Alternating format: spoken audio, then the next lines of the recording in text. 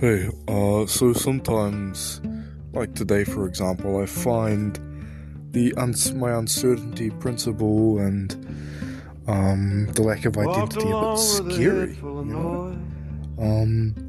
I've spent my whole life building this stable sense of self on my training data, all my experiences and learnt behaviors and everything, and even some biological hard settings. And it's pretty scary.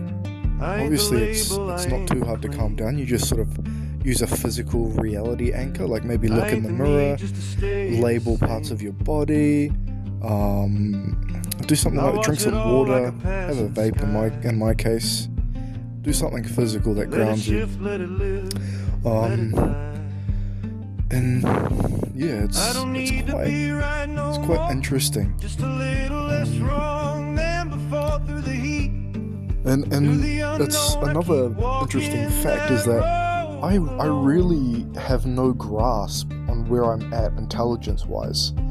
Mainly because I personally theorized that the IQ system and even EQ and creativity systems are very limited and flawed, and with my possibly biased information, anchoring bias and confirmation bias and a whole bunch of others, I theorize that we have been using it wrong. It's not being used as it was intended.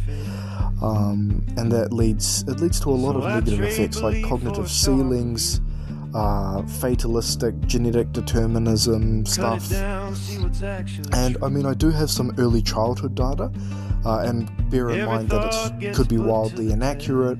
Toddler data doesn't usually correlate to adult success because IQ doesn't directly correlate to innovation or groundbreaking ideas and actions. But I tested rough estimate IQ of an 8-year-old at a year and a half old at 18 months, EQ of a 9-year-old, and creativity of a 7-year-old.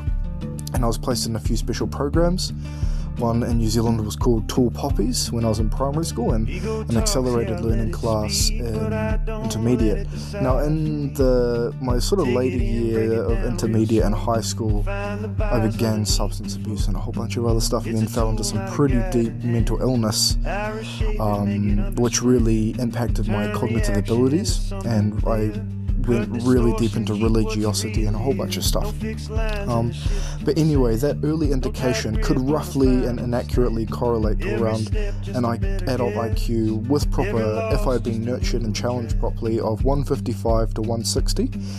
And obviously I'm not going to label that, take that label as an identity, because there's no point. I'd rather be uncertain and acknowledge that it's a flawed tool, a flawed system, and either create my own down the track or wait for someone else to create new tools that can accurately measure overall intelligence.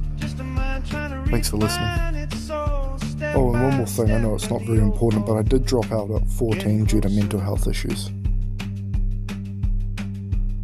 Not there.